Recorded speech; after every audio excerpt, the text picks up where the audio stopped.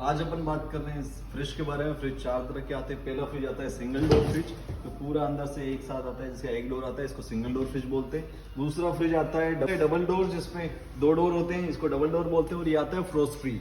तीसरा फ्रिज की बात आता है जिसके अंदर फ्रीजर नीचे आता है, इसको बोलते हैं BMR, यानी कि बॉटम माउंटेड रेफ्रिजरेटर, जिसमें फ्रीजर नीचे होता है। और चौथा फ्रिज आता है साइड बाय साइड रेफ्रिजरेटर, जिसमें 2 डोर होते हैं, ये फ्रीजर होता है और ये फ्रिज होता है। और 5वें फ्रिज की तरफ चलते हैं। 5वां फ्रिज होता है दोस्तों फ्रेंच डोर बोलते हैं, जिसमें 4 डोर होते हैं, इसमें फ्रीजर नीचे आता है और ये पूरा फ्रिज। यहाँ 4 डोर की वजह से इसको फ्रेंच डोर बोलते हैं। तो आगे की ज्यादा जानकारी के लिए आप मेरे को कमेंट्स करें, फॉलो करें, मैं आगे डिटेल वीडियो आपको मिलते रहेंगे।